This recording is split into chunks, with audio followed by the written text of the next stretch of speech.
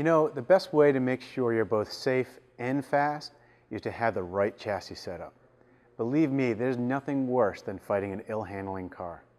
The suspension of a modern race car has one simple purpose: control the tires, making sure the contact patch of each is in maximum contact with the track at all times.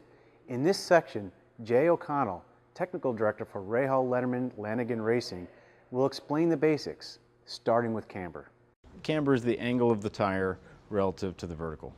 So if it's straight up, perpendicular to the road, then it has zero camber.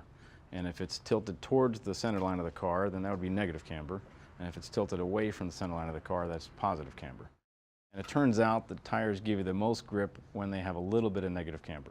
So the key is keeping it on the negative side around the whole lap, but not too negative, but certainly not positive. While the camber angle is set statically with the car on a perfectly flat surface, it's designed to operate on a racetrack that is anything but perfectly flat. Yeah, you want to think about what is the camber going to be in the middle of the turn, and you'd like that to be on the negative side. Depending on the tire, maybe 1, 2, 3 degrees negative. But for example, on an Indy car, since we're always going to the left, we'll have positive camber on the left front tire, negative camber on the right front tire, so they're both pointed into the turn. When you're actually at 4 Gs in the middle of the turn, both of them are right about a ½ degree negative, right at the optimum for grip. But how do you tell when the camber angles are right, and what adjustments can you make to hit that sweet spot?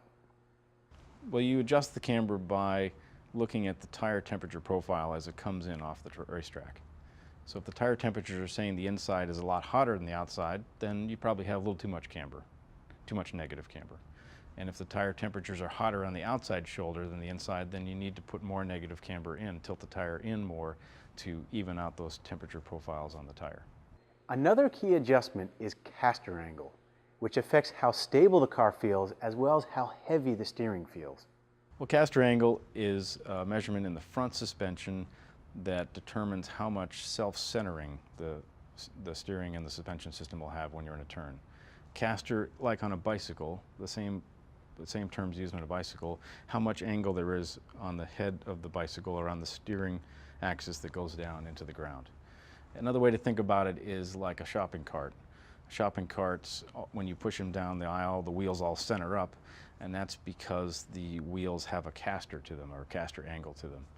Basically, the center of the tire where it touches the ground, as long as that's behind the steering axis, then it self-centers and goes straight. So if you put more castor in, you get more self-centering and you get more steering effort off of center at speed. Now you might think a car should be set up perfectly square with all 4 wheels pointed straight ahead, but in reality, small adjustments in the toe, in or out, can make quite a difference in how well the car turns into a corner. The toe is, looking from the top view, is the angle between the tires. So if the tires are toed in, it's just like your feet being toed in, being pigeon-toed. And then if you toe the wheels out, it's the front of the tires are further apart than the back of the tires are toed out. And the tires are much more sensitive to toe than they are to camber. So it's important to get the toe close to zero in the front and the rear to minimize the drag from the tires. So what's the ideal setup? Well, normally you'd set the front toe a little bit of toe out, and that makes the car roll nice and freely, and it enters the corners a little bit more easily, because if you toe in the front, then you have to fight the steering across center before you turn in. And then on the rear, you would set a little bit of toe in, because you need that in the back for stability, especially when you're putting power down. If you put toe out in the back, the car spins quite easily and can be quite tricky to drive. And then there's the little pesky issue of bump steer, where the toe changes as the suspension moves up and down. Bump steer is a great topic because it relates back to the toe we just talked about. Bump steer means that the wheels steer as they go up and down or hit a bump. Now, ideally, you don't want any bump steer, such that when you hit a bump, the wheel just tracks up and down and doesn't affect the steering wheel at all. Especially at the rear, if there's any bump steer at the rear, the car will start to maneuver over bumps as if it's a hook and ladder truck when the guy in the back is doing his own thing. And that's the worst case for a driver. If the back of the car is unpredictable and moving around on its own, that gives the driver a very bad feeling about what's happening. So bump steer is very critical at the back and fairly critical at the front.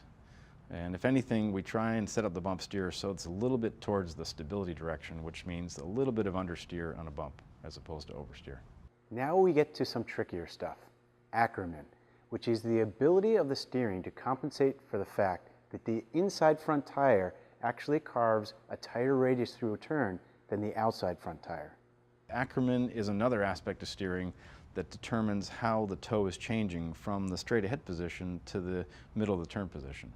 If you have a lot of Ackerman, the inside tire turns a lot faster than the outside tire, so that both tires stay on what would be the optimum line for the least amount of scrub. And this is how most street cars are set up, so when you're maneuvering in and out of parking spaces and the parking lots, you don't burn the tires off the car. Whereas in a race car, you might want to have some Ackerman or some anti-Ackerman where the inside wheel turns less than the outside wheel if you're trying to get more grip out of a particular set of tires. So we do use Ackerman depending on the course to get a little more grip out of the front tires.